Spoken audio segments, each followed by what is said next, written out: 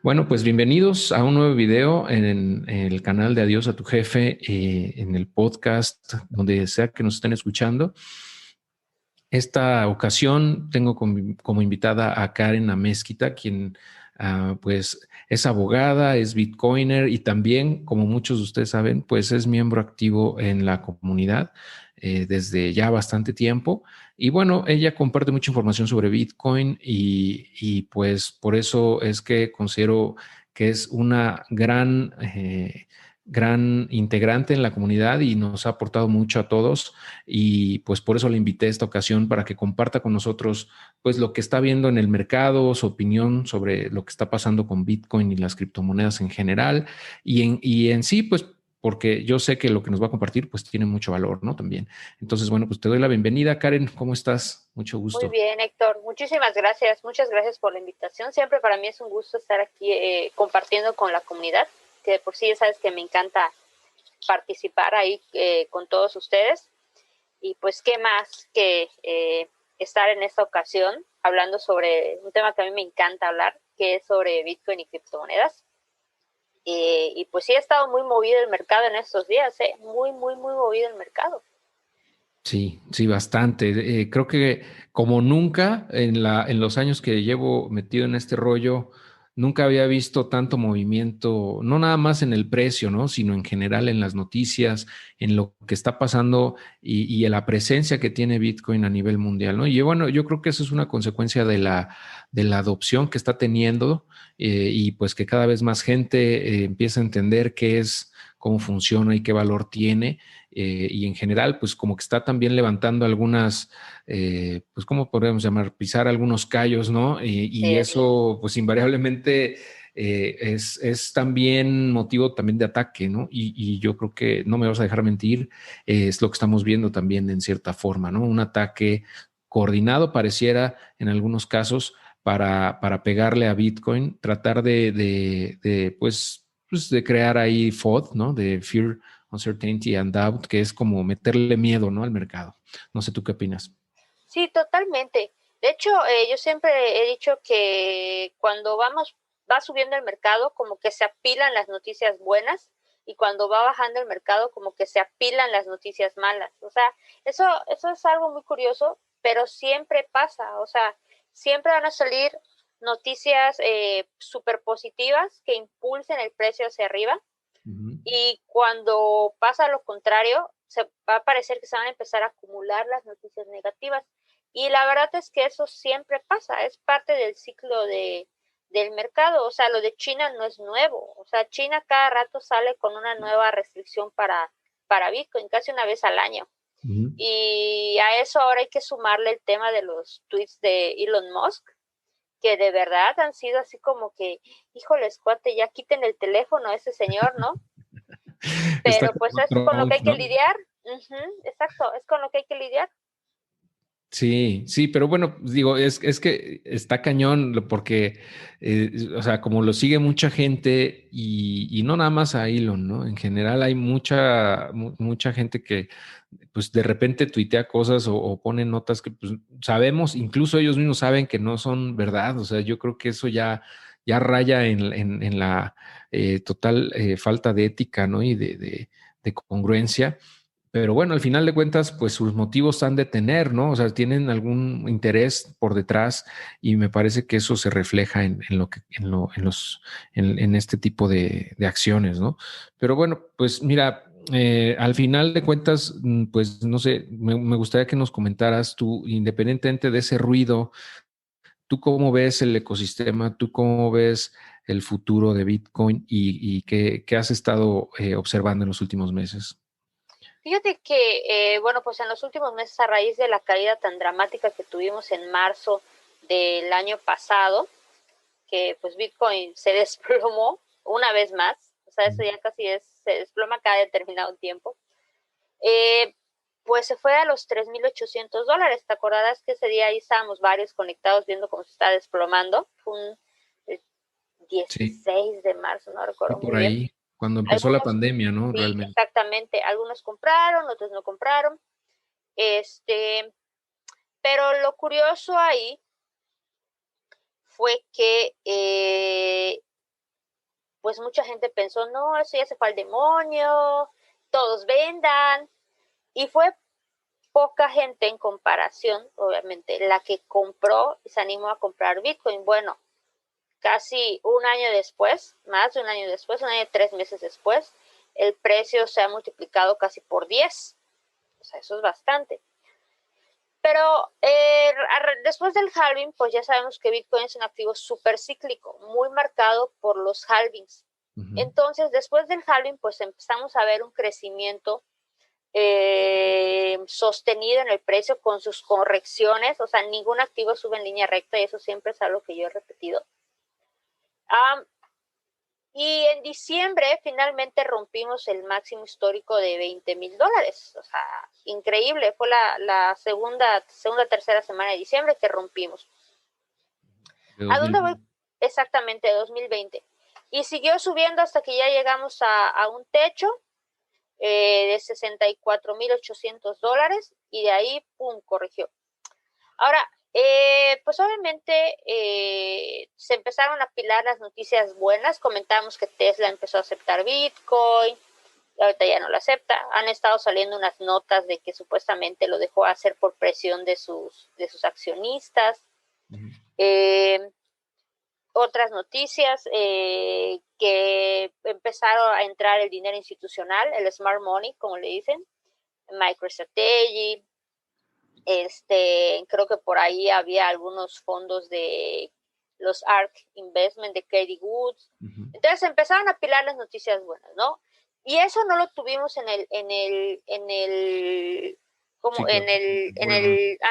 halving pasado, en el bull run pasado, en el ciclo pasado, la entrada de dinero institucional, que esta vez sí fue bastante. De hecho, MicroStrategy sigue comprando Bitcoin. Sí, ahora, es lo que estaba viendo, ¿no? Que justo el 14 de junio de 2021, o sea, en 2, 3 días que estamos grabando esto, tienen una emisión de deuda, otra nueva emisión de deuda que es de $500 millones. Entonces van a empezar a comprar Bitcoin al precio que esté seguramente en este momento, ¿no? Exacto, ellos no dejan de comprar, han seguido comprando, independientemente del precio. Obviamente cuando el precio ha caído, ellos han aprovechado un poco más para comprar. Ahora, justo lo que comentabas, que, bueno, en esta semana, mejor vamos a empezar un poquito más atrás, el fin de semana hubo un evento en Miami, en Estados Unidos, llamado Bitcoin 2021, que estuvieron ahí varias celebridades o varias personalidades del ecosistema. Estuvo Adam Back, estuvieron los gemelos Winklevoss, estuvo el propio Jack Dorsey, estuvo Saif Amos, el patrón Bitcoin. Y yo lo estuve viendo, la verdad, de manera intermitente, porque esos días estuve ocupada. Pero el domingo, según me parece, estuvo presente el presidente de El Salvador, Bukele, precisamente. Y ahí él comentó o hizo el comentario de que iba a proponer la adopción de Bitcoin como moneda de curso legal en El Salvador. Yo dije, bueno, o sea, dije, bueno, eso lo va a hacer, no sé, en 3 meses, en 6 meses, en la siguiente legislatura. ¿Qué? Lo hizo al día siguiente. O sea, literal lo hizo al día siguiente. O sea, literal fue de la noche a la mañana. Entonces, esta semana, o sea, yo creo que si me lo hubieran dicho el viernes de la semana pasada, hoy estamos a viernes, y que la otra semana va a haber un país que ya va a tener Bitcoin como moneda de curso legal, yo voy a decir, ajá. Yo también hubiera dicho, sí, claro, no, o sea, no es común que se aprueben esas cosas así. Yo también estuve viendo cómo se aprobó eso en vivo, o sea, la asamblea que estaban teniendo, y al mismo tiempo había una transmisión en vivo en Twitter donde estaban ahí pues bastantes personalidades del ecosistema y se metió también el presidente Bukele a ese chat. Sí. Entonces estuvo bueno porque mientras estaba votando eso, pues también él estaba platicando en el chat y estaba respondiendo dudas de la comunidad. Entonces estuvo medio irreal, ¿no? O sea, así se sentía como algo surrealista eso de que se estaba probando eso por primera vez en un país. Pero bueno, yo lo comentaba también en la comunidad que viéndolo en perspectiva, pues hacía todo el sentido que fuese un país tan pequeño y tan relegado, ¿no? Con tantas desventajas en todos los sentidos, ubicación geográfica, sistema económico, pobreza extrema, entonces tamaño, ¿no? Y recursos naturales. Entonces, como que estaba a modo para que fuera un país como El Salvador, que es súper chiquitito aparte, ¿no? Entonces, como una especie de experimento. Así es. Yo lo veo así, como que es un experimento en pequeño de lo que podría suceder más adelante con países más grandes. Pero bueno, al final tú ya checaste, tengo entendido, lo que compone esa ley, que es muy escueta, son 2 páginas realmente. Es muy chiquita. Es muy chiquita. ¿Qué nos puedes comentar de esa ley? ¿Tú crees realmente que sea algo que se pueda llevar a cabo realmente o que se pueda convertir en letra muerta o que simplemente quede a la historia como un buen intento? Fíjate que he estado leyendo muchos comentarios, tanto a favor como en contra. Yo en lo personal pienso, y también relacionado con lo que me preguntabas anteriormente, de cómo veo en la situación a futuro. Yo creo que la adopción siempre es positiva. O sea, independientemente de cómo pensemos que se vaya a dar esto, porque eso es importante. O sea, la ley tiene, creo que 2, 3 páginas, son como menos de 20 artículos, o sea, es algo súper escueto. Están los considerandos de la misma, o sea, las consideraciones de por qué expiden esa ley y los artículos de la misma, que son como 20, o sea, son como 12 y el resto son transitorios, ¿no? Pero bueno, el punto es que habrá que ver el detalle fino que va a estar en la legislación secundaria o reglamentaria, como lo menciona la ley. ¿Qué es eso? Bueno, para los que no son abogados, por lo regular, bueno, estos cuerpos, lo que entiendo que ellos quieren hacer y lo que típicamente se hace es que a veces es como la constitución política de nuestro país, ¿no? Ahí están las normas principales que rigen en México, ¿no? Pero si todos los cuerpos normativos que pudiéramos redactar los metiéramos en la Constitución, no, pues tendríamos una enciclopedia de un montón de volúmenes. Entonces, muchos artículos, por ejemplo, el 123 tiene su ley reglamentaria, que sería la Ley Federal del Trabajo, el 41 tiene su ley reglamentaria, que sería la Ley de Procedimientos Electorales, que habla del tema electoral. Entonces, la idea de esto es decirles que si bien está esa ley, va a haber un cuerpo normativo reglamentario secundario donde ya se va a desglosar todo el punto fino de esa ley, porque realmente es muy escueta. O sea, habla mucho de que va a haber un fideicomiso para las personas que en ese momento quieran intercambiar Bitcoin, de que el Estado va a facilitar los medios para que las personas adopten Bitcoin. ¿Qué otra cosa menciona? Que Bitcoin ya puede ser, ya los precios pueden estar expresados en Bitcoin, que la moneda siempre para temas fiscales va a seguir siendo considerada el dólar. Es importante decir también que El Salvador es una economía que está dolarizada desde el año 2000, creo que desde el año 2000, ya tiene como 20 y tantos, 21 Como años, 2001, algo así, creo que cumplió. por ahí, y ya tiene el dólar es de curso legal ahí. Entonces, si bien la ley suena interesante, sí nos deja así como que, ¿y cómo van a hacer esto? ¿Y cómo vas a hacer esto? ¿Y esto cómo va? Entonces, todo eso hay que ver qué dice la legislación secundaria, que esa me imagino van a tardar en publicarla. Esa no creo que ya la tengan así como que, ay, sí, aquí ya está, ¿no? Como la de ahorita, que sí también hay que hacer notar que Bukele pues tiene mayoría en el Congreso de El Salvador. De hecho, para aprobar esa ley creo que fue una mayoría calificada. Precisamente hablábamos en México de esos temas de mayoría relativa y calificada y absoluta.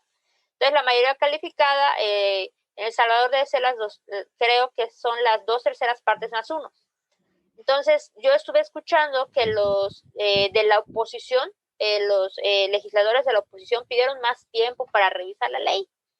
Y la verdad es que no se los dieron. O sea, probaron lo que diríamos en nuestro país en fast track. Y también se habló mucho de que hubo voluntad política, también se habló de que Bukele pues tiene ahí cierto control en todo eso. Se los plantea también para que nosotros entendamos cuál es el contexto de por qué esta norma vino así como que aquí está, aquí la tienes y en 90 días ya entra en vigor y vámonos, o sea, rapidísimo. Pero como bien dice Héctor, hay muchos bemoles en este sentido, porque yo he escuchado muchos comentarios, tanto a favor como en contra. A favor, pues yo te diría que favorece la adopción, que El Salvador, alguien dijo, es que El Salvador no tiene nada que perder y tiene mucho que ganar. Es un país pequeño. Yo no me imaginé que lo hubiéramos escuchado en un país de Centroamérica. Yo pensé que me iba a decir, Suiza, Singapur, Malta, que son países crypto-friendly, que ya tienen legislaciones amigables inclusive para las ICOs. Uh-huh. O sea, dices, wow, o sea, parecía que iba a ir por allá, pero no. pero pues no.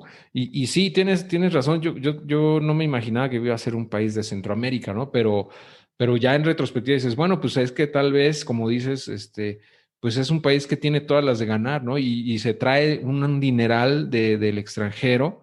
Y de esa manera se vuelve también de alguna manera más independiente de Estados Unidos, porque al ser dolarizado, pues está totalmente a merced, ¿no? De lo que haga Estados Unidos con el dólar y con lo que está pasando con la emisión tan grande de dinero, siendo que ellos no pueden imprimir de la nada el dinero como Estados Unidos, Sí. pues los ponían en una situación bastante incómoda, ¿no? Igual que Ecuador, a mí me sorprende que Ecuador no haya saltado luego, porque ellos también están dolarizados desde ya hace un buen tiempo, pero pues es una jugada, yo pienso, bastante audaz y al mismo tiempo, pues que además de hacer historia, ¿no? Pues sí pone los reflectores sobre Bitcoin muy cañón, ¿no? Porque al final, como decían en el chat, mira, Bitcoin no necesita la aprobación de ningún país ni de ningún gobierno, o sea, no es necesario para que Bitcoin sea lo que es, ¿no? O sea, no le va ni le viene como protocolo, como tecnología, pero para la adopción, pues yo creo que sí es un paso bastante importante, ¿no? Exacto, así es. Y por eso digo que mi balanza al final del día es positiva, porque abona al tema de la adopción.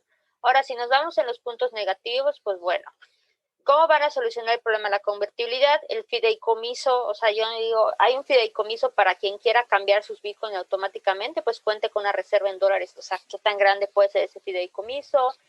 ¿Cómo le van a hacer?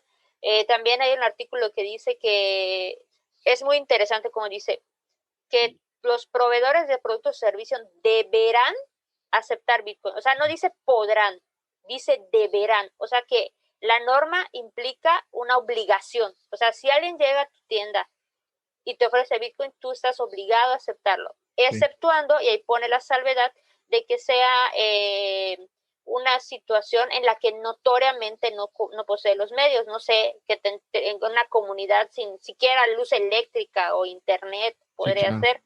Exacto. Y también pone a colación, eso es muy interesante, que creo que más del el 70, creo que recuerdo, por ciento de la población de El Salvador no está bancarizada. Esa es una cifra muy impresionante y muy grande. Igual, y México no canta malas rancheras, ¿eh?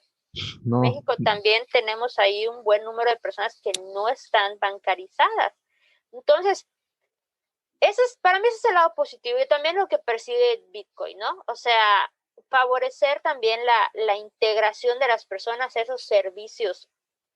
Igual hay quienes dicen, bueno, sí, muchas buenas intenciones, pero puede ser que esto sea letra muerta, que la ley sea letra muerta, que, que sea un experimento fallido. Ya el FMI hizo su comentario de que puede ser súper peligroso, de que no lo recomiendan, de que ya están pisando callos. Entonces, yo creo que en esto siempre, y he escuchado abogados que dicen, no, le falta técnica jurídica, porque no está hablando de todas las características del dinero, que es el dinero debe ser depósito de valor, medio de intercambio y unidad de cuenta. Le reconoce ahí la característica de unidad de cuenta, porque dice que todos los precios pueden ser expresados en Bitcoin. O sea que ya vas a ir al súper y vas a ver que el kilo de tomate cuesta 0.00001 Bitcoin, no sé, es un decir. Eso es novedoso, porque hasta ahorita Bitcoin no era unidad de cuenta. O sea, sí ha sido medio de intercambio. O sea, sabemos que hay lugares o personas que te pueden aceptar Bitcoin y ha sido depósito de valor. A mi criterio ha sido un buen depósito de valor. Hay gente que discrepa con esos puntos, pero no habíamos nunca hablado de unidad de cuenta, de decir, pues esto cuesta tanto en Bitcoin, Y ¿no? como que, Eso es lo novedoso. eso es y yo ahí sí yo tengo mis dudas de que se vaya a utilizar así en la práctica, porque bueno, pues todavía hay una volatilidad muy grande, ¿no? No, como que no es lógico, no es práctico que se utilice como unidad de cuenta, ¿no? Yo no lo considero así, yo creo que se va a seguir usando el dólar como unidad de cuenta y pues las transacciones al final, independientemente de si es con Bitcoin o no, pues tienen esa convertibilidad o en teoría tendrían que tener para que la persona que está recibiendo esos dólares no esté obligada a holdear el Bitcoin, ¿no? O sea, que Exacto. lo pueda intercambiar inmediatamente por dólares y así no tenga una pérdida de poder adquisitivo en ese dinero, ¿no? Ya si quieren después convertir algo de sus ganancias a Bitcoin, pues está bien, pero para los intercambios yo creo que sí debe de haber convertibilidad inmediata en todos los sentidos y que la unidad de cuenta tendría que seguir siendo el dólar, porque es lo más como estable al final de cuentas para los intercambios, ¿no? Para poder tener una referencia más real, más, pues sobre todo fácil de que todos lo puedan entender o manejar. Exacto. Y eso yo también pensé en eso, cómo le van a hacer con ese tema de la volatilidad, sobre todo porque por el tema del intercambio, ¿no? Ujú. Por ese fideicomiso que va a haber, para las personas que no quieran holdear Bitcoin y puedan intercambiarlo. Entonces, todo eso como que genera una serie de dudas muy, muy válidas todas, porque esto es primera vez que se hace, o sea, es el primer país del mundo que lo está haciendo, Ujú. nadie más lo había hecho. Ahora, si va a ser el último, lo dudo. Yo creo que van a haber más, que Salvador está siendo el primero, pero hay que ver, como tú decías, qué tal les sale el experimento.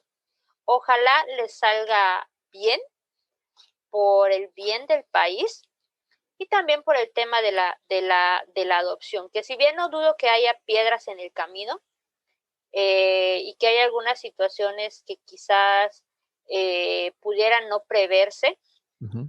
al final del día yo creo que es positivo porque estamos hablando de adopción. Entonces, ya cada vez más personas van a oír de hablar de Bitcoin, porque en la actualidad mucha gente desconoce Bitcoin y ya ni que lo desconozca a veces, piensan que es un esquema piramidal, que es un fraude, que es una flor de la abundancia o cualquier figura geométrica fraudulenta que se les ocurra, ¿no?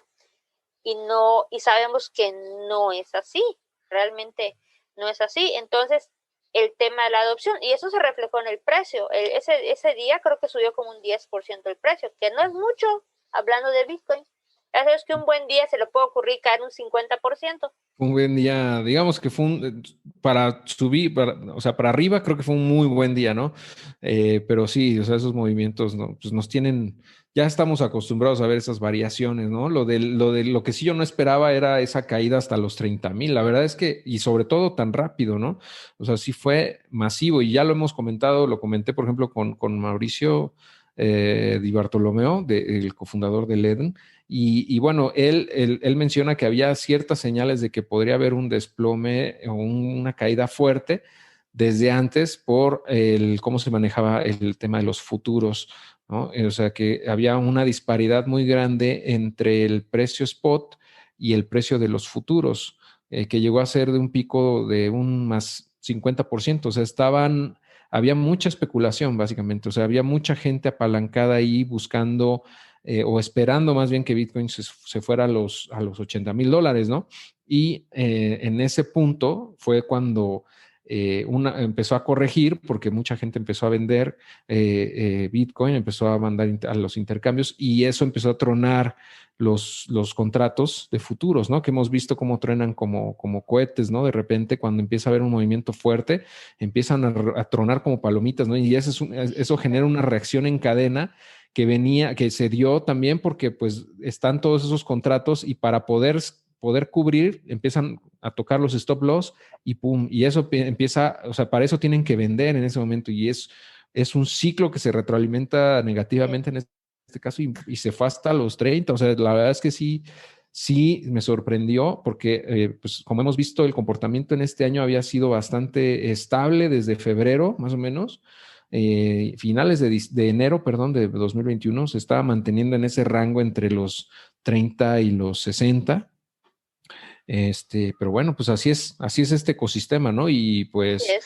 al final, pues estamos aquí, seguimos de pie, seguimos aguantando y pues la estrategia que nos puedes compartir, Karen, tú que, bueno, tienes un curso ahí online que has estado teniendo en los últimos meses que ha obtenido muy buena respuesta de la gente.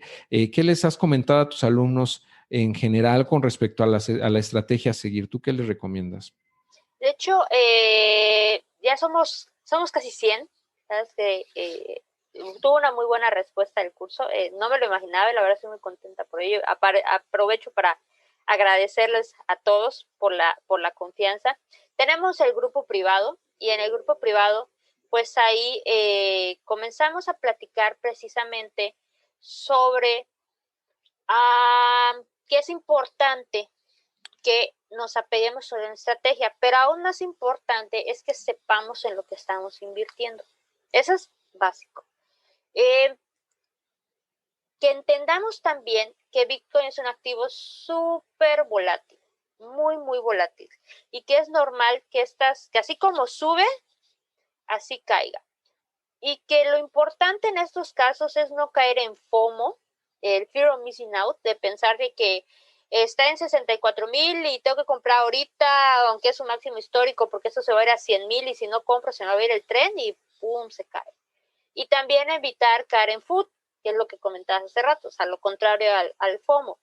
Ujú. Y que es muy importante apegarnos a la estrategia, la que puedan tener ellos. La finalidad del curso es que ellos, los alumnos, aprendan a saber qué es Bitcoin, cuáles son los fundamentos, porque yo sí soy las personas que creen que podemos determinar ciertos fundamentales en las criptomonedas, como sus proyectos, temas de volumen, temas de supply, etcétera. Y que ya entendiendo eso, nosotros podamos ver el big picture, hacia dónde está yendo esto, hacia dónde se está moviendo esto, de dónde viene esto. O sea, mucha gente pierde de vista que Bitcoin empezó costando centavos de dólar. O sea, no llegó a costar de la noche a la mañana $65,000. Le tomó casi 12 años. 12. Pero ¿qué activo en la historia de la humanidad ha incrementado su valor por 37,000? O sea, creo que ninguno hasta la fecha, lo cual nos habla de que hay algo ahí que a lo que vale la pena echarle un ojo o prestar atención. O sea, nos está diciendo algo. O sea, vamos a prestar atención sobre lo que nos está diciendo. Y por lo mismo, que ellos conociendo esta información, de dónde viene, hacia dónde vamos, y aprendiendo a interpretar las gráficas del precio con indicadores técnicos y demás, puedan ellos determinar cuál es la estrategia que más se adecua a ellos. O sea, cada quien tiene su propia estrategia. Algunos optan por comprar X cantidad, ya sea, no sé, cada determinado tiempo, otros cuando cada determinados niveles, otros usan algunos indicadores técnicos. O sea, hay para todo, ¿no? Pero sí, el hecho de que todos estemos pues en comunidad revisando, analizando el precio, compartiendo noticias y demás, pues sí ayuda a ese sentido de no dejarse influenciar mucho por las emociones, sino de ver lo que hay alrededor, lo que nos está rodeando y basarse sobre todo en lo que aprendimos en el curso, para que pues obviamente no caigamos ni en FOMO ni en food y sobre todo que aprendamos a tener paciencia. Diría Angie Collado, y a mí esa frase de Angie me encanta, que sentarse a ver crecer tus inversiones como sentarse a ver crecer el pasto. O sea, si queremos entrar a Bitcoin y hacernos ricos mañana, eso no va a pasar. O sea, eso no va a pasar. Pero sí es importante pensar que esta no es una carrera de velocidad, es una carrera de resistencia. Entonces, si nosotros no nos desesperamos y tenemos paciencia y tenemos una estrategia y contamos con la información necesaria para tomar una decisión, les va a ir mejor. O sea, naturalmente les va a ir mejor. A mí, en el momento en que dejé de comprar impulsivamente y empecé a tener una estrategia, ese día me empezó a ir bien o me empezó a ir mejor. Claro, sí, y es que yo creo que casi todos hemos cometido el error de querer especular con el Bitcoin y con las criptomonedas haciendo trading, por ejemplo. Yo no dudo que se puede generar mucha lana, o sea, yo sí conozco gente que lo hace. No obstante, para la gran mayoría de la gente que no conoce sobre el trading y no tiene una estrategia y que no controla sus emociones, pues es bien fácil perder dinero, ¿no? Realmente, o sea, ese dinero que pierden ellos, que es más del 80% yo creo de la gente, es el que gana el otro 20% que es rentable. Entonces, bueno, pues no estoy en contra de que hagan trading.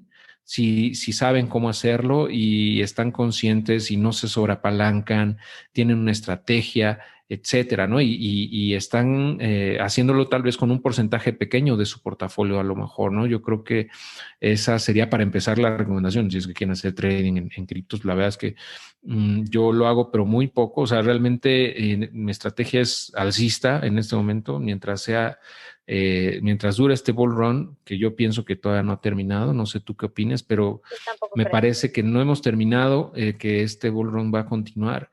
Y de ser así, pues voy a seguir con la misma estrategia hasta que las señales de la información de la cadena misma de Bitcoin nos indique que nos estamos acercando al pico del bull market, que ya lo hemos platicado, pero si quieres comentar algo al respecto de eso, de esas métricas, o tú cómo estás viendo, si estás viendo ya en qué fase del ciclo estamos. Entiendo que tú también coincides conmigo en que no hemos terminado el bull run, pero bueno, ¿qué nos quieres comentar al respecto, Karen? Coincido totalmente contigo. De hecho, o sea, Bitcoin nos permite hacer análisis que quizás en otros activos no. Y están los análisis, las métricas on-chain, que esos análisis, a diferencia del análisis técnico o el análisis fundamental, que el análisis fundamental pues nos da información sobre el proyecto. Eso es muy importante, pues saber en dónde estamos metiendo nuestro dinero. Y si me dicen, no hay fundamentales, bueno, entonces compara Doge con Bitcoin. Ah, ¿verdad? No se puede, porque son dos casos totalmente diferentes. Claro. Análisis técnico, pues estamos viendo la acción del precio, cómo se va moviendo el precio. Y como decía Héctor, hay gente que hace análisis técnico. Yo conozco traders muy exitosos que con análisis técnico tienen buenas ganancias, pero la verdad es que no todos somos traders. Pero el hecho de que no seamos traders no quiere decir que estemos negados para este mercado. Eso no es cierto. Pero también es algo de verdad que mucha gente entra al criptomercado pensando en hacer trading sin saber absolutamente nada, lo que decía Héctor. Y no es necesario, o sea, hay muchas formas de invertir que no están relacionadas al trading, lo cual no quiere decir que no conozcamos los aspectos básicos del trading para nosotros entender una gráfica. Pero aparte de esos análisis, hay otras fuentes de información que son las métricas on-chain. Las métricas on-chain directamente nos hablan de cómo se está moviendo la blockchain, de qué datos nos está proporcionando la blockchain, qué monederos, qué cifras, qué poder de procesamiento de la red, qué mineros, qué carteras, etcétera. Y toda esa información nos permite entrever si esto ya se acabó o si todavía no se ha acabado. Yo personalmente soy de la idea que este ciclo se parece mucho al de 2013, al de 2012, 2013, que el precio creo que subió ahorita no tengo el dato fresco, pero subió el precio, luego bajó bastante y después de esa caída se volvió a disparar. Y de ahí ya corrigió para el segundo ciclo. Entonces se parece mucho, mucho, mucho a ese ciclo. Eso sin comentar otros indicadores, igual on-chain, de métricas on-chain, y algunos otros ratios que también nos permiten ver, a mi criterio, que esto para mí todavía no se acaba. Yo pensaría que le falta un último impulso al mercado.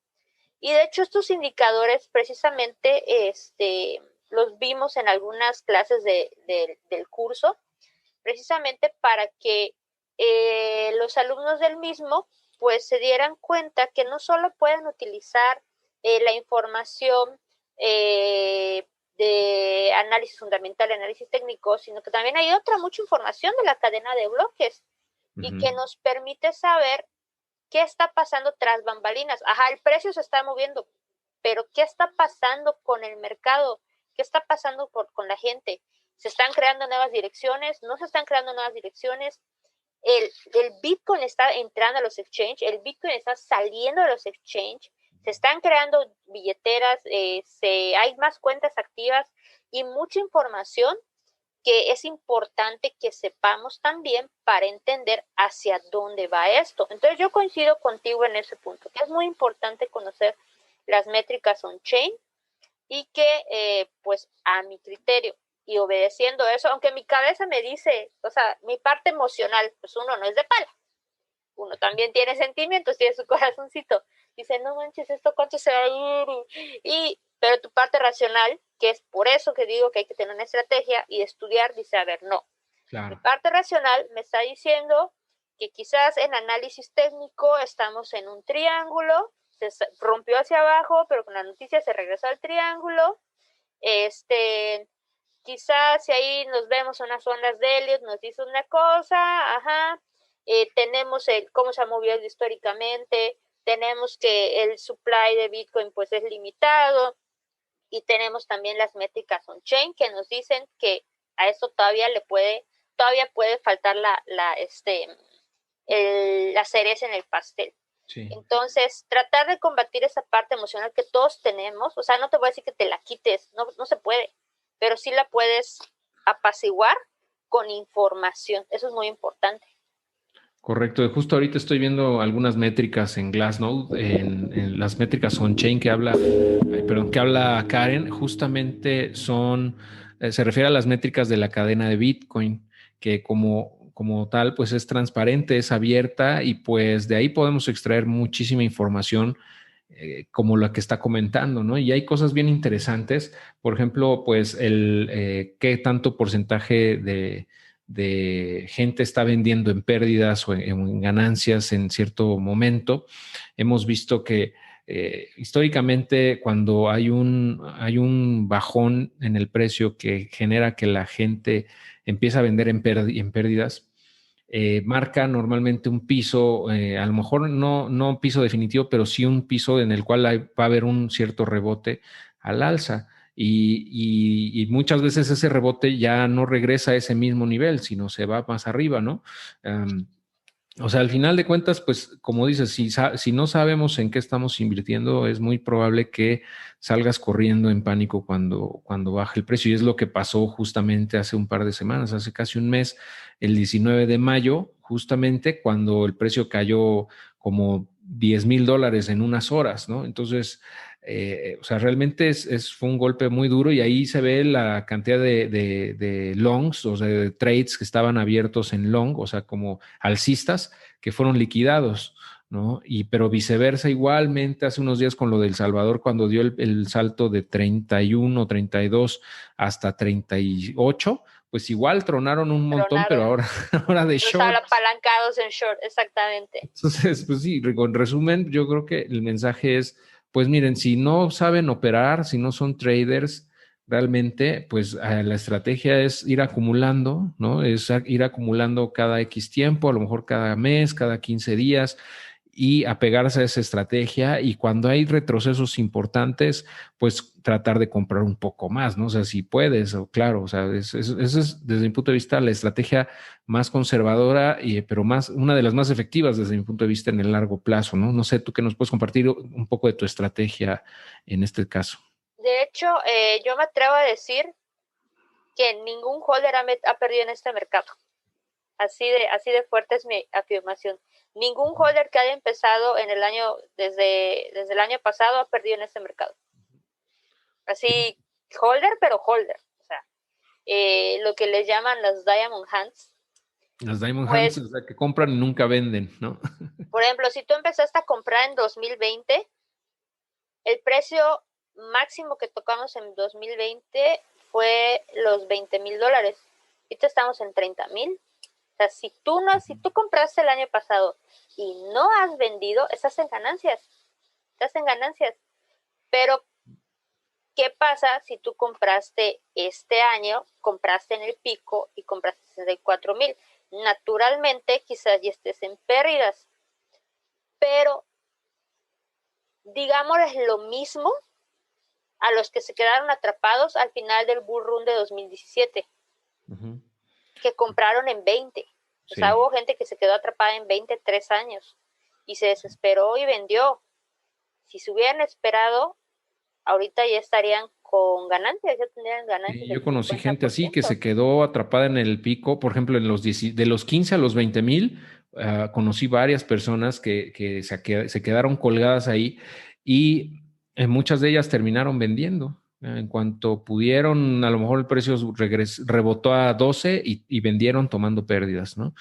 Um, y pues mira, es que yo creo que mucha gente como realmente le falta información o no se ha puesto a investigar a Exacto. fondo esto, pues piensa que efectivamente Bitcoin se puede ir a cero en cualquier momento, que es un activo que puede desplomarse, que obviamente hay una posibilidad de que eso ocurra, pero es muy, muy baja. O sea, a lo que voy es un activo que tiende a apreciarse en el largo plazo, como comenta Karen.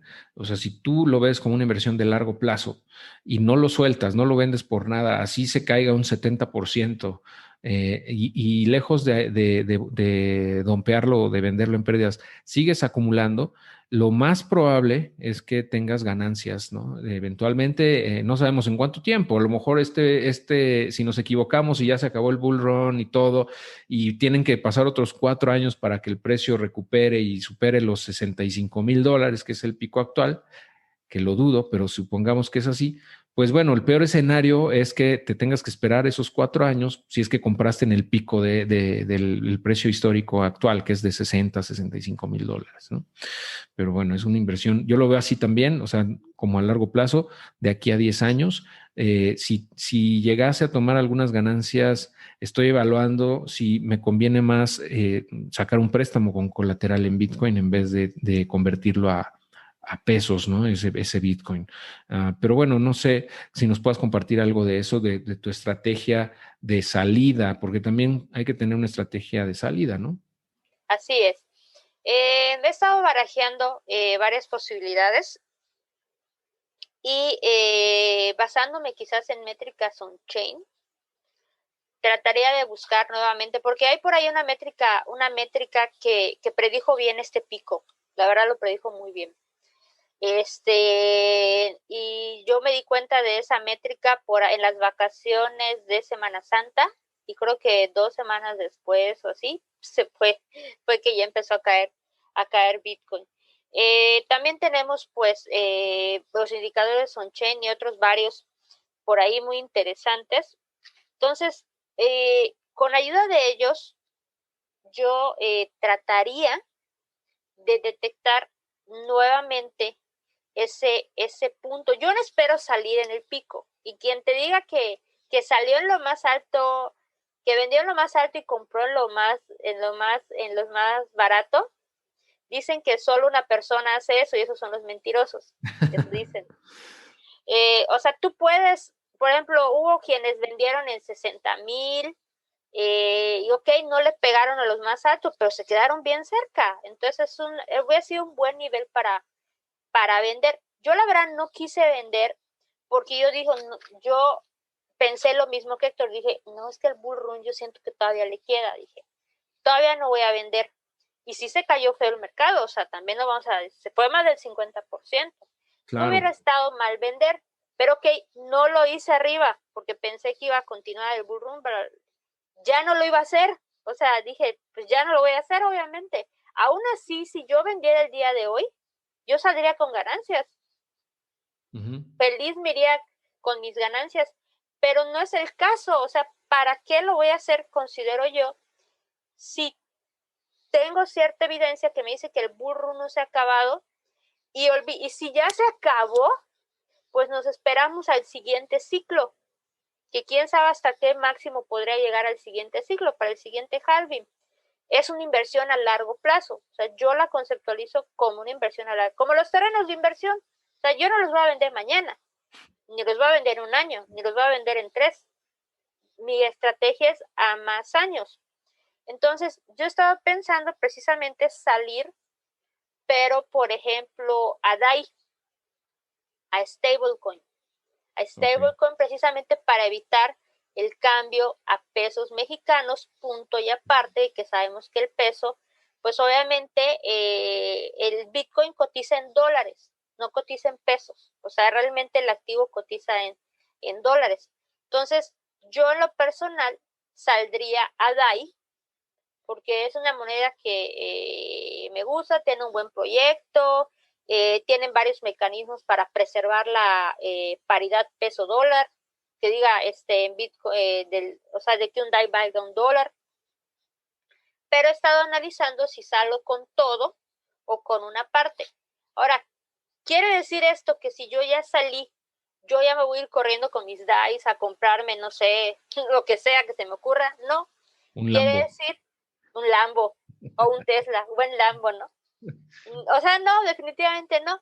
Quiere decir que sabiendo yo que esto se mueve por ciclos, pues esperaría la parte baja del ciclo o en su defecto comenzaría a comprar escalonadamente hacia abajo. Claro. Pero siempre con la intención. ¿Cuál es la intención de esto? Acumular más Bitcoin. O sea, mi meta personal es acumular todo el Bitcoin que se pueda acumular. Entonces, ok, no la atiné al punto máximo, pero quizás empiece a vender en un nivel que yo considere que ya el mercado está sobrecomprado, por ejemplo, ¿no? De que ya está demasiado inflado, de que ya estamos llegando a niveles de burbuja, que el Fear Index está en avaricia extrema, que vea que las métricas on-chain ya están históricamente por los cielos. Yo diría, esto en cualquier Ya. momento va a reventar, exactamente. Hay Esto en que cualquier poner. momento se va a reventar y yo no me quiero quedar a ver eso, ¿no? Entonces, esa sería una estrategia en mi caso. Ya sea ir saliendo poco a poco o un porcentaje e ir entrando nuevamente poco a poco. La finalidad es siempre para mí acumular más Bitcoin, no cobrar mis ganancias, irme a comprar lo que me dé para comprar, ¿no? Ujú. Sino siempre acumular más y más y más y más Bitcoin. Claro. Y esas métricas me parece interesante. A lo mejor mucha gente se está preguntando, oye, ¿y qué métricas son estas que están hablando? O sea, ¿dónde las puedo ver? ¿Cuáles son? ¿Cómo se llaman? ¿Tienes algún glosario o algo que nos puedas compartir de esas métricas para podérselo compartir a la gente y dejarlo en la descripción de este episodio, de este video? Yo tengo algunas, pero a lo mejor no son las mismas exactamente. Por ejemplo, yo veo mucho el ACE OPR, veo el MBRBZ Score, veo cómo va el balance en los exchanges, cómo está el interés de los futuros, o sea, qué tanto están especulando, y veo cuáles son las cuentas que están teniendo, o sea, cómo está creciendo las cuentas de las ballenas, o los tiburones, etcétera. O sea, eso nos da una idea bastante clara, pero a lo mejor tú tienes algún otro indicador que a la gente le pueda servir. El hash ribbon también creo que es interesante verlo. En fin, no sé tú qué opinas, alguna otra que se te ocurra. Tengo dos favoritos, que a mí esos bueno, de hecho son tres, miento, son tres. De hecho, eso precisamente en el curso tuvimos una clase especializada en aprender a leerlos y entender la lógica, porque hay una lógica detrás de esos indicadores. El primero que me gusta por bonito es el Rainbow Chart. Sí, el Rainbow Chart. El Rainbow Chart, a mí me encanta. Es un indicador que nos permite ver, como digo, cuándo Bitcoin está en venta de garage o cuánto está, como les digo a los chicos del curso, en terreno burbujiento. O sea, que hay que prestar atención. Ujú. El otro es el stock to flow ratio, que ese nos habla de la relación que hay entre los bitcoins que se siguen minando y a la velocidad a la que se siguen minando y teniendo en consideración que Bitcoin es un activo limitado, o sea que solo van a haber 21 millones de Bitcoins, ni Ujú. uno más ni uno menos. Y podríamos decir que hay menos, porque ¿cuánta gente ha perdido el acceso a sus billeteras? Miles. Se estima que un que será entre un 10 y un 30% de los bitcoins actualmente en circulación están perdidos. Imagínense. Ujú. Todavía le pega más al tema del supply, del máximo supply. Y uno que me encanta, igual que se lo aprendí hace poco, yo no lo conocía, pero me lo presentaron hace unos meses, se llama el P-Cycle. Sí, de pi del 3.1416. Sí, las matemáticas que odiamos y el pi que odiamos, súper útil para este tema. El P-Cycle es un indicador que funciona con dos medias móviles y que sus cruces nos permiten detectar ciertos momentos del mercado. Esos indicadores los pueden encontrar en Glassnode. De hecho, en Glassnode pueden encontrar un montón de indicadores. Muchos son gratuitos, otros son con pago, y tiene Glassnode, se pueden suscribir al boletín gratuito de Glassnode y les envía cada semana información de las métricas. Y hay otra página muy parecida a Glassnode que se llama Look into Bitcoin, que igual tiene una serie de indicadores muy interesantes. Todos esos indicadores son on-chain, son métricas on-chain, y que nos permite pues echarle un ojo al mercado, ¿no? Saber qué está pasando tras bambalinas, qué está pasando en la blockchain. Por ejemplo, si nos damos cuenta, este es un ejemplo para que nos demos una idea de cómo algunos movimientos en la blockchain nos puede alterar, alertar, de ciertos movimientos violentos. Por ejemplo, hay una cuenta en Telegram que es el Whale Boat Alert, el Whale Alert, alerta de ballena. Bueno, en el argot de Bitcoin se le llama ballena a los grandes tenedores de Bitcoin, personas que tienen miles de Bitcoins. Entonces, naturalmente, cuando estas ballenitas ponen órdenes, pues el mercado lo manipulan como una hoja al viento. O sea, tampoco vamos a engañarnos, ¿no? Porque inundan el mercado de liquidez o le quitan liquidez al mercado, según el movimiento si se hizo de compra o de venta. Entonces, el día que cayó Bitcoin, hubo un whale alert que alertó, a la redundancia, que entraron a un exchange, creo que a Binance, no sé cuántos miles de Bitcoins. Y la gente dice, ¿cómo se lee esto? Es muy sencillo. Si me dice, por lo regular estas personas, las ballenas, no tienen sus Bitcoins en los exchange. ¿Estás de acuerdo? O sea, yo no tendría mis Bitcoins en los exchange. Tienen sus Bitcoins en sus wallets y los guardan ahí para tenerlos ahí guardados, ¿no? Para lo que se ofrezca. Pero ¿qué pasa si el Whale Alert, el bot, detecta ese movimiento en la blockchain? Porque lo que decía Héctor, la blockchain es pública, es un libro contable. O sea, la blockchain, imagínenselo como un libro contable público, todo el mundo lo puede ver. Y de repente te dicen que esos bitcoins que están en esa wallet se están moviendo al exchange. ¿Para qué los movería los bitcoins una ballena al exchange? Para venderlos.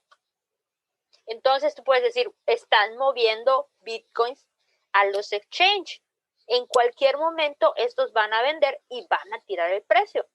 Y lo contrario sucede, y es lo que también decía Héctor, que son métricas on-chain, cuando muchos bitcoins salen de los exchange. Es decir, que las ballenas los están comprando, los están holdeando. Y dices, ¿para qué? Quizás los están comprando porque están detectando que es un buen nivel de precio. Y al quitarle liquidez a los exchange, pues obviamente eso causa que el precio incremente. Entonces, con ese sencillo ejemplo, podemos darnos cuenta cómo la actividad de la blockchain y las métricas on-chain nos pueden decir lo que el precio podría hacer, lo que el mercado podría hacer. Y si uno sabe dónde buscar, cómo buscar, y sabe escuchar y sabe interpretar, pues puede utilizar esa información a su favor. Claro, o bien por lo menos prepararse y anticiparse, ¿no? O sea, por lo menos cubrirse y no quedarse expuesto. A lo mejor si tienen posiciones, a lo mejor que estén haciendo trading, pues poner a lo mejor algún stop loss o bien reducir su exposición, ¿no? Para no tener un riesgo muy alto. Y todos estos indicadores, como dice Karen, están disponibles en Internet para quien los quiera ver. Obviamente algunos tienen algún costo de suscripción, pero bueno, en general los puedes tú ver con poco, invirtiéndole muy poquito tiempo y dinero, ¿no? Pero bueno, al final, si no se quieren meter a todo este rollo de análisis de la cadena y todo, pues lo más sencillo, volvemos a lo básico, es simplemente holdear ir acumulando, ¿no? Al final de cuentas es una inversión que vemos tiene muchísimo potencial, que desde mi punto de vista, como he mencionado varias veces, pues no debería faltar en el portafolio, ¿no? Ya a estas alturas, creo que ya no es mal visto que digas que Bitcoin tiene que estar en tu portafolio de inversión. Hace un año creo que sí nos hubieran dicho algunas cosas, pero hoy ya no. O sea, ya la gente como que ha entendido eso y poco a poco lo empieza a ver, el cambio de mentalidad de verlo como un activo de especulación a verlo como un activo de preserva de valor, ¿no? Desde mi punto de vista como tal, y que realmente tiene un potencial de crecimiento muy grande, ¿no? ¿Tú piensas que el Rainbow Chart o el Stock to Flow se puede llegar a cumplir así como está? O sea, que lleguemos en 4 años a $1 millón y en 10, en 8, en unos 9 años lleguemos a 15 millones de dólares en Bitcoin. Yo sé que es una apuesta, o sea, es irnos muy para arriba, pero muy adelante en el tiempo, pero ¿tú qué opinas al respecto? Fíjate que yo tengo ahí varios sentimientos encontrados. ¿En qué sentido? Imagínate que bueno, de hecho en el curso hablamos sobre un usuario de Reddit, que si mal no recuerdo se llamaba Smoke Too Much. Y, I know, sí, es como que, pero así se llamaba. Y creo que este cuate trató de poner a la venta en el año 2011, 2010, la friolera de, creo que eran 10,000 bitcoins por $50 y no encontró comprador. Véndele 50, ahí está. ¿Cuántos miles de bitcoins compró MicroStrategy por no sé cuántos millones de dólares? O sea, casi el doble por 50 millones de dólares. Entonces, eso quiere decir que Bitcoin ha crecido desde ese momento, desde que se creó, hasta ahorita un 37,000%, asumiendo que empezó valiendo $1. Sabemos que no empezó valiendo $1, empezó valiendo menos. Entonces, en 4 años, al precio actual, para llegar a los 50 millones, ahorita y también Cantú, a los 10 millones de dólares, tendría que crecer por 30, quizás.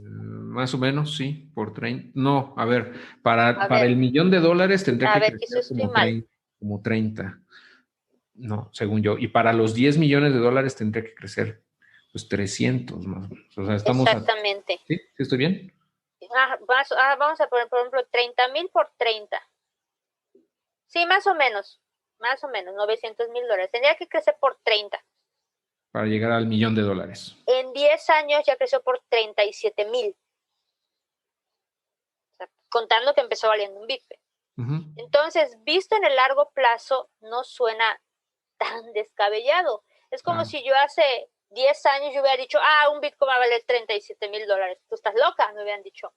¿Qué te fumaste? O sea, ni $1,000 tuvieran ni $1,000, o sea, ni 1,000. Hay gente que, yo he leído tweets que dicen, uy, no, Bitcoin se desplomó a, no sé, de $8 a 2. Qué bueno que vendí en 5.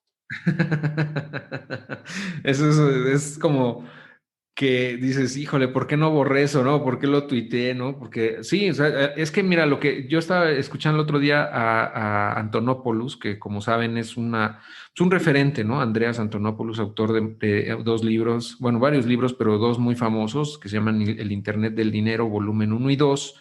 Y él es, pues, uno de los voceros y uno de los comunicadores sobre Bitcoin más importantes que hay en el mundo. Y estaba platicando que en la práctica, o sea, mucha gente dice, no, pues es que una persona que invirtió, empezó a comprar bitcoins en 2010, pues ya tiene que haber sido, ahorita debería ser multimillonaria, ¿no? Exacto. Dice, pero no necesariamente, porque en el camino mucha gente vende cuando cree que ya está muy caro. Se sale del mercado y se queda fuera muchas veces y ya no regresa o bien vuelve a comprar, pero más caro, entonces ya no tiene los mismos Bitcoin, o sea, no llega a tener o a volver a tener los mismos Bitcoin que tenía cuando empezó, o cada vez se hace más difícil tener más Bitcoin. Entonces, no es tanto así de que haya, o sea, que sean tantas personas las que realmente tienen miles de Bitcoin, o sea, no son tantos, y eso se ve en la cadena, ¿no? El número de cuentas que tienen más de 10,000 son bien poquitas, Son bien porque son poquitas. los poquitos tal vez que de plano nunca vendieron a pesar de todo. Pero al final de cuentas, pues la realidad es que el precio puede seguir subiendo y no tiene, no, o sea, el mercado es el que define eso, ¿no? Exacto. Y como tal, pues obviamente tiene que entrar mucho dinero para que siga subiendo el precio, ¿no? Y eso es algo que estaba comentando, leía en la newsletter de Glassnode que comentaste, que en la medida en la que el precio sube, pues tiene que entrar más dinero también al ecosistema para poderlo mantener. Entonces, todo esto se refiere o pues, se relaciona al volumen y a la adopción que tenga, ¿no? Entonces, yo pienso que ya en el macro, mientras más adopción veamos en cuanto a Bitcoin y a criptomonedas, el precio de alguna manera tiene que ir subiendo, ¿no? O sea, al final de cuentas va a empezar a entrar más capital y entonces se va a ver reflejado en el precio porque va a haber más demanda. Pero ese es un proceso que lleva mucho tiempo, lleva años y una persona que está acostumbrada a tal vez querer ver resultados de un mes para el otro, pues no, eso no va a pasar, ¿no? Eso Pero no va a pasar. por eso insistimos tanto en ir a largo plazo, no desesperarse, seguir acumulando, porque en 10 años que volvamos a tener este live, probablemente va a ser chistoso que estemos hablando, o sea, que ver esta grabación y que el precio estaba en 30 y no sé, $35,000, $36,000, y en ese entonces, pues quién sabe en cuánto esté, ¿no? Y muy probablemente sea muchas veces más, tal vez, ¿no? Entonces, pues bueno, al final de cuentas no hay inversión 100% segura y cada quien tiene que determinar pues el porcentaje que le asigna a este tipo de activos, ¿no? Debo decirles, y como les he comentado algunas veces, pues el porcentaje que estoy metiendo en criptos ha subido considerablemente en los últimos, ¿qué será? Pues de un año para acá, de 8 meses para acá más o menos, empezó a incrementar y pues me he salido de otros ecosistemas o de otras industrias donde dejé de ver un potencial, ¿no? Como es crowdfunding, por ejemplo. Eso ya lo he comentado, no es ningún secreto ni nada, porque veo el potencial que tiene esto y pues estoy para largo plazo, ¿no? Entonces, pues vamos a ver qué pasa, pero al final de cuentas, el porcentaje, como les digo, ya depende de cada quien, ¿no? Pero yo creo que un 10% no suena nada descabellado, aunque lo que he notado es que en la medida en la que conoces más, pues deja de dar miedo asignarle un porcentaje más alto, ¿no? No sé Exacto. tú qué opinas. No, sí, totalmente. Yo el día que empecé a conocer más esto, me dejó de dar miedo meterle, designar un mayor porcentaje de mi capital. Yo lo digo, yo no he sacado la cuenta últimamente, pero calculo que mi porcentaje en Bitcoin debe estar entre quizás tengo que sacar la cuenta, pero podría si por mucho llegar al 30%. Y me van a decir, estás loca.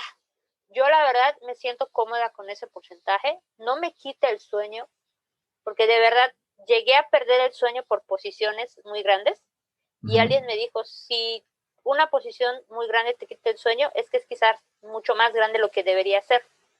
Y ese Sí, día me cayó el 20 y dije, yo no vuelvo a operar apalancado, yo operé apalancado, no lo volvería a hacer y para quien empieza no lo recomiendo, no lo recomendaría nunca, es mucho el riesgo, es mucho el riesgo. Entonces, como dice Héctor, cuando tú aprendes a conocer esto, de dónde, cómo empezó esto, cómo está esto y hacia dónde se proyecta que va esto, obviamente el futuro es incierto, pero hay una frase que usamos mucho que decimos, la tendencia es tu amiga. Y si bien la historia no se repite tal cual, muchas veces rima. Y hasta ahorita Bitcoin ha tenido un crecimiento logarítmico.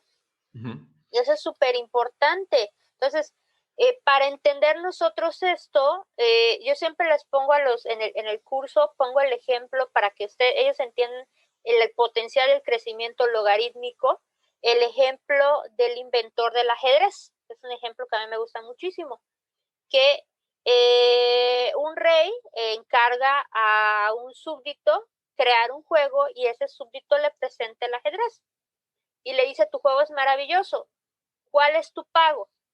y le responde el súbdito, bueno, en la primera casilla, sabemos que el ajedrez tiene 64 casillas, en la primera casilla vas a poner un grano de trigo, en la segunda vas a poner 2, en la tercera vas a poner 4, en la cuarta vas a poner 8 y en la quinta 16. Y el rey dijo, ¡ay! Súper fácil, súper fácil. Ni todos los granos de trigo del reino alcanzaban para pagarle al súbdito lo que estaba pidiendo. Ese es el poder del crecimiento logarítmico. Y de hecho Bitcoin se aprecia mucho mejor en una gráfica logarítmica. Entonces, si históricamente ha venido haciendo algo, yo sé, 10 años es muy poco, pero es todos los años de existencia del activo. Si en 10 años ha venido haciendo algo y ya hemos detectado ciertos patrones, ¿qué nos podría hacer pensar que quizás no sigue esos patrones? Quizás no exactamente, pero como les decía, a veces la historia no se repite, pero rima. Entonces, aprendiendo a conocer eso, como que dice lo que decía Héctor, esto tiene cierto potencial. Ok, ¿qué porcentaje de mi portafolio con el que yo me sienta cómodo? Yo no pretendo que todos se sientan cómodos con el 10, con el 20, con el 30. Habrá quien dice, no, yo con el 5. No, pues yo con el 50. Bueno, Dios los ampare. Pero siempre es, Dios los ama. ¿qué tan cómodos nos sentimos con ello? Sí, Esa es la palabra mágica. ¿Qué tan cómodos? Lo dice mucho Alejandro Lara de My Primer Millón. Tu portafolio te tiene que gustar. Dice, tienes que estar enamorado de tu portafolio, porque con él vas a vivir siempre. claro. Entonces, te tiene que gustar y tienes que estar tranquilo con él. Claro, totalmente. Y de hecho yo creo que justamente hablando de porcentajes, estaba yo checándose como un mes o algo así y sí, más o menos ya estaba llegando a 50% de mi portafolio en criptos. Y no es algo que me quite el sueño, la verdad. Y con esta bajón a lo mejor ya no es el 50, a lo mejor es el 40, no sé. Pero no me importa. O sea, realmente es algo con lo que puedo dormir bien y no, lejos de estresarme con estas caídas, pues los veo como oportunidad para poder Exactamente, para comprar comprar más. más, para comprar más. Y a este Totalmente. ritmo, así como vamos, probablemente en 4 años, 5 años, el porcentaje de mi portafolio de cripto sea el 80 o 90%, ¿no? Porque si se aprecia y sigo acumulando de eso, pues es natural que opaque al resto de los activos donde tengo invertido, ¿no? Así es. Entonces, probablemente estamos hablando en 5 años de que el 90% de mi portafolio sea cripto. Me van a decir, estás loco, Héctor. Pues bueno, es que... Sí, pero ya sabrá esto establecido más. Ujú. Imagínate en 5 años dónde vamos a estar. Ahorita ya tenemos un país que ya tiene Bitcoin como moneda de curso legal. ¿En dónde vamos a estar en 5 años? Claro, totalmente. ¿Eh? Y bueno, pues ya para ir cerrando, Karen, porque pues, no me gustaría extenderme tanto en este episodio para la gente y si es conveniente, pues vemos si hacemos una segunda parte. Pero bueno, para ir cerrando, nos podrías dar la información de tu curso para la gente que esté pensando en comenzar, algunos recursos que tú quieras compartir, en dónde te pueden contactar, etcétera, por favor. Claro que sí, Héctor. Hemos estado hablando pues del curso que yo tengo. El curso que ofrecemos se llama Aprende a invertir en Bitcoin desde México, empezando con 1,000 pesos. Toda la información del curso, de hecho, muchísima de la información que platicamos ahí la podrán encontrar ahí, obviamente más desmenuzadita. La pueden encontrar en la página buofinanciero.net. También contamos con un curso gratuito llamado Aprende qué es Bitcoin. En este curso, pues ustedes pueden aprender qué es Bitcoin, cómo funciona y por qué tiene valor y si es dinero o ustedes qué piensan sobre si Bitcoin es dinero. Este curso, pues como les decía, es totalmente gratuito y puede ayudarles ustedes a aprender, si ese es su interés, dicen, bueno, sí, yo sí quiero invertir quizás, pero quiero empezar por algo más básico. Pueden tomarlo, la inscripción, les digo, es totalmente gratuita, y ya después, si se animan, pueden inscribirse ya al curso completo. Como les decía, ya somos casi 100 alumnos. Los alumnos pues ya están terminando el curso y de los comentarios que he recibido pues están muy contentos con la información obtenida. han aprendido bastante, se sienten más tranquilos con su inversión, tienen mayor conocimiento sobre la misma y sobre todo el curso les dio las herramientas para tomar las decisiones que ellos mejor se acopla según a su perfil. Pueden contactarme ya sea a través de la página de Búho Financiero, ahí abajo está el correo, o pueden enviarme un correo a mi cuenta personal que es karen-map@outlook.com, o inclusive buscarme en Telegram como @karen-map. Correcto. De hecho, bueno, mucha gente de la comunidad te ubica en Telegram, sobre todo, que es donde más participas, pues le pueden mandar un mensaje también ahí directamente en Telegram. También tenemos un cupón de descuento, por si no, de Adiós a tu jefe, por si gustan utilizarlo en su curso.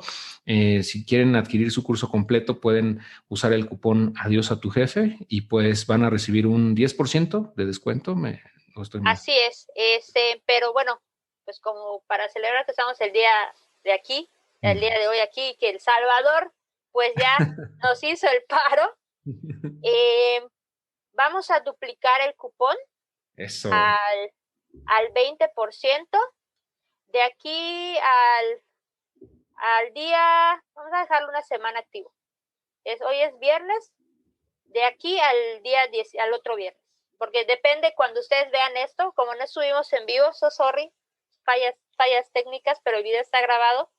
Entonces vamos a dejar activo ese cupón durante una semana, que sería hasta el viernes 18, exactamente por el 20% de descuento. El cupón es Adiós a tu jefe. Correcto. Y ya si lo escuchan después, bueno, pues de todos modos va a tener un descuento, ¿no? A lo mejor no Del del 20, 10. a lo mejor del 10, pero bueno, algo ahí se pueden ahorrar. Y pues algo más que quieras compartirnos, Karen, antes de terminar el día de hoy. Como cualquier inversión, no solo en Bitcoin, cualquier inversión, y sobre todo, por ejemplo, bolsa de valores, en la que ustedes puedan pensar, es muy importante investigar. Ahorita está muy de moda que el influencer, que el youtuber, que los canales de alertas, que los canales de señales, que esto se va a ir a $100,000, compra ahora, o eso se va a ir a cero, vende todo. Pero muchas de mucha de esa información no está a mi criterio sustentada en nada más que una opinión. Y todos podemos tener una opinión, pero es muy importante tener, en la medida de lo posible, una opinión informada. Entonces, el nosotros contar con esa información, desde luego que nos va a permitir hacer inversiones a mayor conciencia y sobre todo, como yo siempre les digo a los chicos del curso, a no dejar nuestro dinero en manos de alguien más. Si a nosotros no nos interesa preservar y hacer crecer nuestro propio capital, pues ¿a quién más? Entonces, mi consejo es que no cedan esas riendas, que se informen. Yo sé que puede ser aburrido, yo lo sé, pero a la larga, todo el tiempo... Diles en qué invertir mejor y ya, Karen, porque... No, yo sé, y mucha gente, ¿en qué invierto? Dime. Pero, híjoles, no podemos dejar la responsabilidad de nuestro dinero en manos de otras personas. Entonces, lo mejor siempre va a ser informarnos y aprender, porque lo que nosotros invirtamos en educación, les aseguro que nos va a redituar en el futuro. Totalmente. Muchísimas gracias, Karen, por compartirnos toda esta información. Vamos a dejar en la descripción de este episodio toda la información, los enlaces a su página, al curso, el cupón que pueden usar y también los enlaces a las métricas que platicamos. Y bueno, pues esperemos que haya sido de valor para ustedes. Y pues bueno, estamos en contacto, Karen. Muchísimas gracias. No, al contrario, Héctor, muchísimas gracias a ti por la invitación. Me encanta hablar del tema, como ya se dieron cuenta. Y la verdad espero que toda esta información que hayamos platicado les haya aportado mucho valor y como siempre les digo, felices inversiones. Muchas gracias, Karen, que estés muy bien. Buena tarde. Gracias, Héctor. Tú también. Igual a todos. Saludos.